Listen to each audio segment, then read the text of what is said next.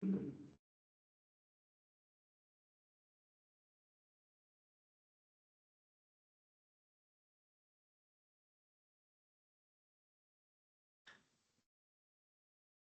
kembali lagi di podcast kami yang kali ini dengan judul What We Can Do to Make PU Better and Stronger. Ini adalah episode kedua dari episode lanjutan episode ke-1 yang tayang kemarin. Nah, kita akan membahas tentang bela negara dan wawasan kebangsaan. Sebelum itu, sebuah organisasi yang baik tidak hanya diukur dari hasil akhirnya, tetapi juga dari proses, budaya kerja, dan komitmen seluruh anggotanya untuk terus berkembang, untuk mencapai kinerja yang unggul. Setiap individu di dalam organisasi harus memiliki kesadaran bahwa perubahan dimulai dari sendiri.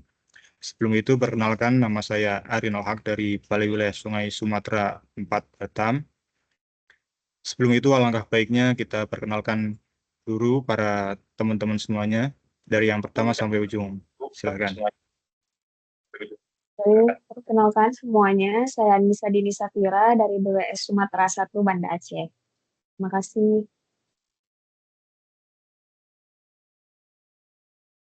Baik, saya Anissa Nur Afifa, saya dari BPBPK Sumatera Utara. Halo, kenalin nama saya Anita Lutfia Silvi dari BP2JK Sumatera Barat. Halo, perkenalkan saya Nyama Fira dari BPJN Aceh. Halo guys, perkenalkan saya Arif Rizal Fajri dari BPJN Kepri. Halo teman-teman, kenalkan saya Aris Tito Pratama dari BWS Sumatera 4 Batam. Oke, terima kasih teman-teman semua yang udah perkenalin diri. Oke, lanjut saja. Kemarin kan kita sudah mengikuti rangkaian lapsar tentang bela negara dan wawasan kebangsaan. Nah, dari seluruh rangkaian pelatihan, materi apa sih yang paling berdampak bagi Kak Anissa Nur dan Bang Arif? Silakan. Oke, kalau menurut aku pribadi sih materi yang paling berdampak ya, yang udah aku dapetin dari beberapa hari kemarin itu wawasan kebangsaan, bela negara, dan isu-isu kontemporer. Sebenarnya 3 hal ini tuh saling berkaitan sih kalau menurutku. Karena dalam kita mempelajari wawasan kebangsaan, kita jadi lebih paham tentang sejarah Indonesia dan itu bisa merubah sudut pandang kita ke negeri ini. Dan dengan berbagai sudut pandang itu, kita bisa memunculkan beberapa nilai-nilai bela negara yang ada pada diri kita. Nah, dengan seluruh pengetahuan, wawasan, dan rasa nasionalisme yang ada pada diri kita itu, kita bisa lebih bijak nih dalam mengolah dan menyikapi isu-isu yang terjadi di negara kita saat ini. Baik isu saat ini, isu berkembang maupun isu potensial. Oke, mungkin kalau dari saya Mas, kan kita pelatihan kan baru berjalan 3 hari nih. Jadi kan kemarin tuh ada materi wawasan kebangsaan, kesiapsiagaan bela negara, terus yang analisis isu kontemporer kan. Nah, kalau menurut saya tuh yang paling berdampak sama diri saya sendiri itu yang analisis isu kontemporer, Mas. Karena melalui materi tersebut kayak saya tuh menjadi lebih peka dan peduli terhadap perkembangan yang terjadi. Dan ternyata hal itu tuh menarik untuk dibahas. Dengan harapan ke depannya tuh kita tuh bisa menganalisis permasalahan yang terjadi, terus kita bisa menemukan solusi untuk masalah tersebut. Mungkin seperti itu, Mas. Oke, terima kasih jawabannya Kak Anita dan Kak Anissa dan Bang Arif. Kemudian untuk Kak Anita dan Kak Anya, bagaimana sih pelatihan ini mengubah cara pandang terhadap peran ASN di Kementerian Pekerjaan Umum? Ya, terima kasih Mas Arina. Nah, setelah saya itu ikut latsar mengenai wawasan kebangsaan, bela negara, dan analisis isu kontemporer yang terjadi di Indonesia pada saat ini tuh saya tuh jadi sadar kalau peran ASN di Kementerian PU ini tuh bukan cuma soal teknis pembangunan di Indonesia aja, tapi kita tuh juga harus menjaga nilai-nilai kebangsaan dan semangat bela negara lewat pekerjaan yang kita lakuin sehari-hari. Dan setiap tugas yang kita lakuin tuh sekecil apapun itu tuh adalah sebagai bentuk dari bela negara kita sebagai ASN gitu, Mas. Ya kayak tadi yang Mas Arief bilang juga kan kita baru 3 hari mengikuti pelatihan ini. Tapi dalam 3 hari itu benar-benar banyak yang membuka wawasan saya tentang apa strategisnya sebenarnya peran ASN itu sendiri. Khususnya di Kementerian PU awalnya, saya pikir ASN itu cuma sebagai pelaksana tugas kayak Anita bilang tadi. Tapi setelah mengikuti pelatihan 3 hari ini, saya sadar bahwa ASN itu yang paling penting dalam mewujudkan visi negara sebagai pelayan publik, penggerak pembangunan, maupun yang menjaga nilai-nilai kebangsaan kita. Saya juga semakin paham bahwa peran ASN PU itu bukan cuma soal membangun infrastruktur fisik, tapi juga membangun kepercayaan publik lewat integritas, kolaborasi, dan inovasi. Oke, terima kasih jawabannya Kak Anya dan Kak Anita. Kemudian rencana aksi bela negara, apa makna bela negara bagi teman-teman semua ini sebagai ASN PU? Yang pertama dari Kak Anissa Dini dan Bang Tito. Oke Mas, kalau saya melihat makna bela negara kita sebagai ASN PU itu, saya maknainya itu kayak sikap dan kewajiban yang harus kita tunjukin lewat kerja nyata dengan cara kita bekerja jujur, terus kita menjaga integritas dan juga memberikan pelayanan terbaik kepada masyarakat. Nah, karena kebetulan saya juga bertugasnya di Direktorat SDA, jadi salah satu cara saya memaknai bela negara itu dengan memastikan untuk menghadirkan keadilan dan pemerataan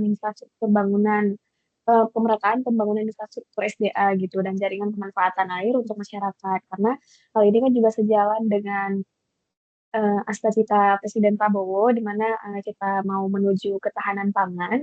Jadi saya memaknai bela negara itu dengan bekerja sungguh-sungguh untuk mewujudkan cita-cita itu. Jadi dimanapun saya ditempatkan, saya harus siap dan karena bagi saya membangun negeri itu adalah wujud dari bela negara yang sebenarnya, gitu Mas. Oke, kalau dari saya sendiri itu makna bela negara sebagai ASN PU itu menurut saya yaitu sebagai bentuk pengabdian kepada negara dan masyarakat. Jadi sebagai ASN PU, kita wajib bekerja secara profesional dan juga harus selalu menjaga integritas. Kemudian ketika negara mengalami bencana alam, kita harus siap sedia untuk terlibat langsung dalam penanganan darurat infrastruktur dan juga kita harus secara cepat dan tanggap dalam pemulihan akses dan layanan dasar untuk masyarakat. Mungkin seperti itu. Oke, terima kasih jawabannya.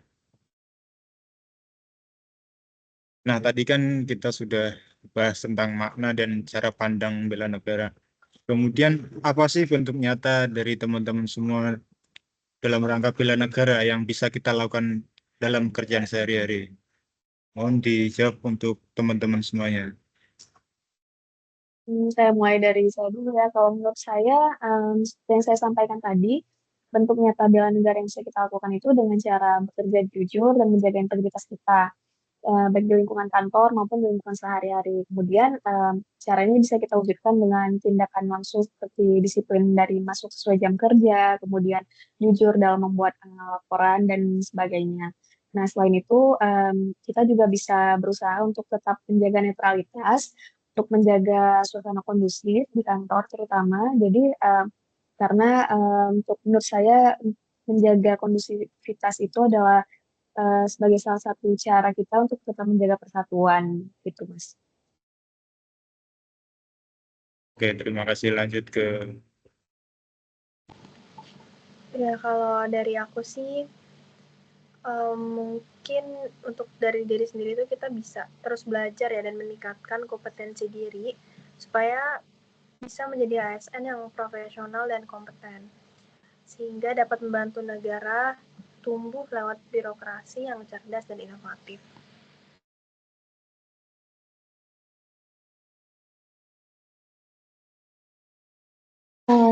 Kalau dari aku sendiri sebagai CPNS yang ya ikut latsar di Kementerian PU sekarang ini tuh aksi bela negara yang saya lakuin sehari-hari itu tuh biasanya itu dimulai dari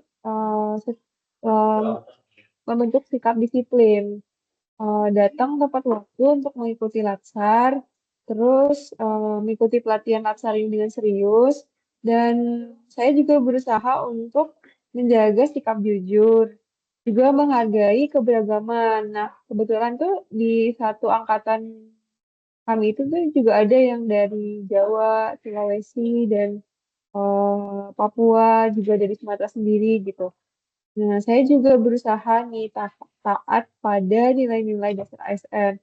Meskipun saya masih CPNS, saya juga percaya bahwa yang seperti yang saya bilang di pertanyaan sebelumnya tadi, kayak kontribusi sekecil apapun itu, seperti belajar dengan sungguh-sungguh dan menyerap latsar, itu juga adalah bagian dari bela negara.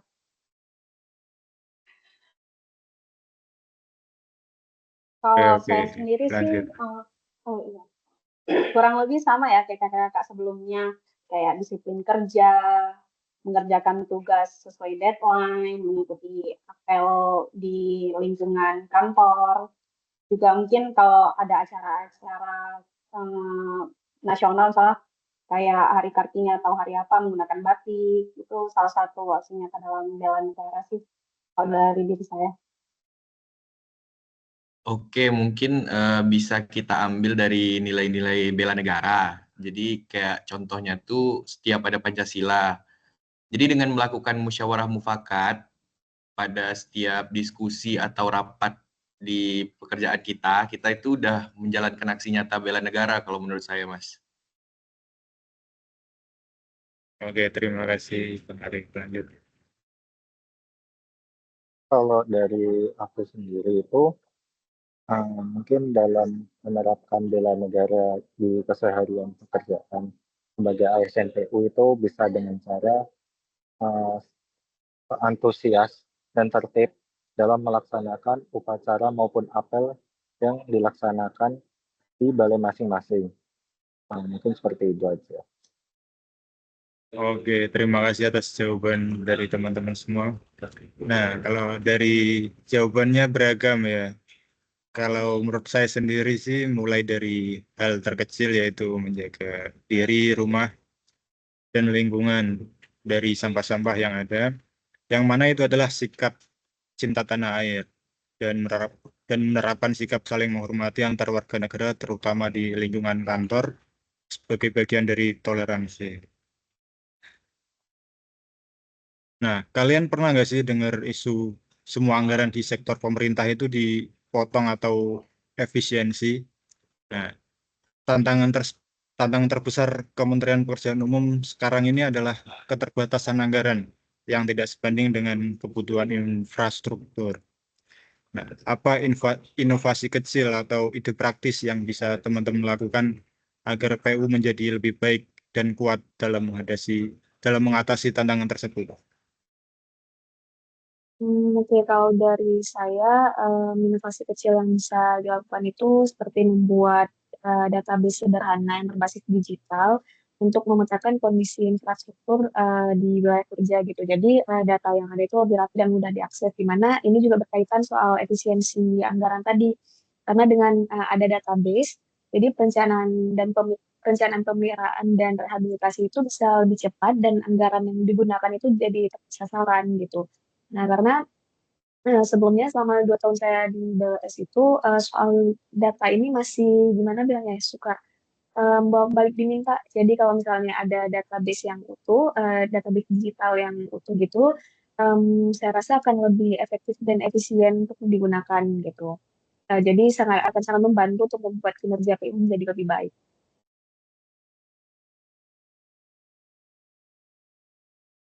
Oke, lanjut saja ke Kak Anissa Nur. Iya setuju sih untuk efisiensi dalam banyak hal ya. Kayak misalnya juga manajemen waktu rapat buat dijadiin lebih efisien dengan agenda dan notulen yang jelas. Sekarang kan juga banyak teknologi yang bisa dimanfaatkan agar nggak boros waktu, rapatnya nggak nyampe seharian juga bisa hemat anggaran, tapi target rapat tetap bisa tercapai. Nah, Iya, kalau menurut setuju. Kak Anita gimana nih?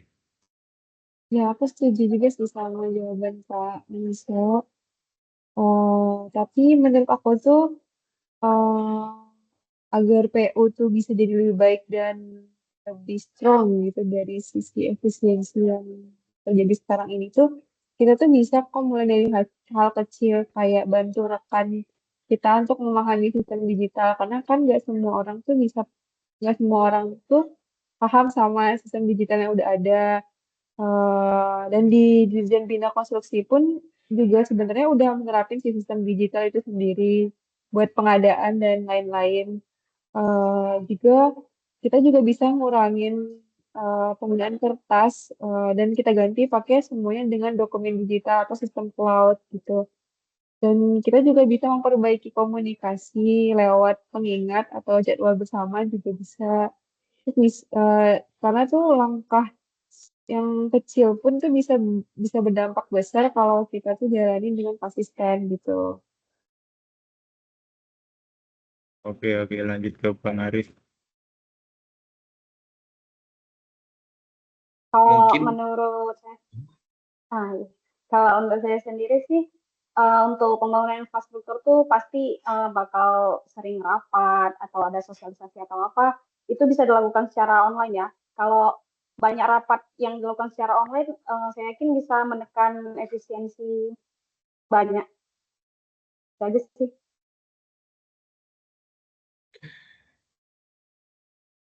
setuju Mbak.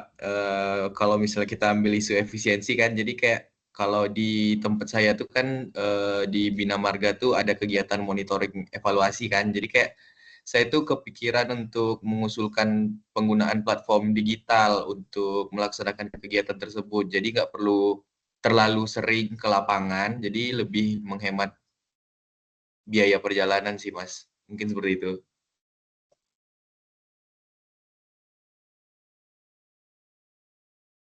Oke, lanjut ke Mas itu.